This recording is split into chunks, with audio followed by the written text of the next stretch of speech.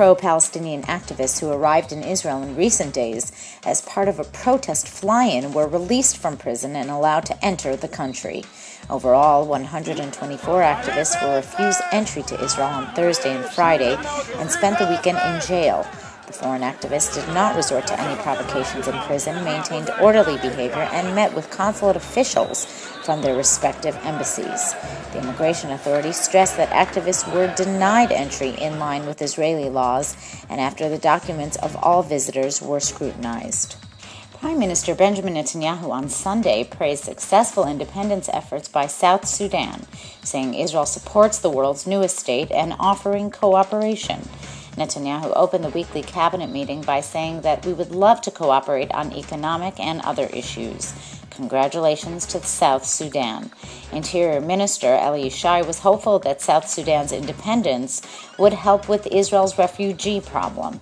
Meanwhile, Sudanese refugees celebrated in Tel Aviv.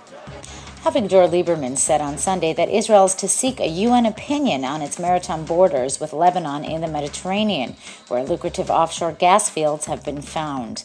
Israel has been moving to develop several large offshore natural gas fields in the Mediterranean that it hopes could help it to become an energy exporter.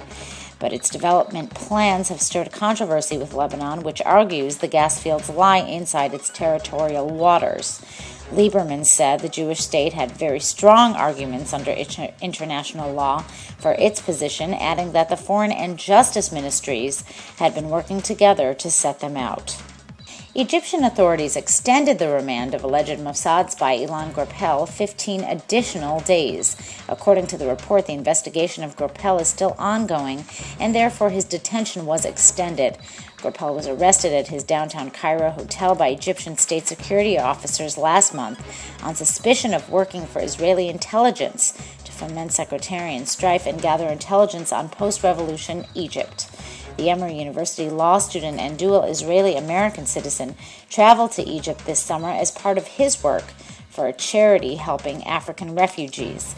His family, friends, and the Israeli government have categorically denied that he was working as a spy in Egypt. The news of the world has been published for the last time with the headline, "Thank you and goodbye." Emotional staff left the newspaper's offices together as the paper rolled off the presses for the final time in its 168-year history after being closed because of the phone hacking scandal. Editor Colin Myler led employees from the building to rapturous applause, holding a copy of the last ever front page. The headline read, "Thank you and goodbye." Inside the paper, an apology to readers admitted, quite simply, we lost our way. Many of the staff, some wearing T-shirts emblazoned with the paper's logo, wept or held their heads in their hands. Meanwhile, 80-year-old Rupert Murdoch, chairman of News Corporation, parent company of NOTW's publisher News International, said the move to close the paper was a collective decision.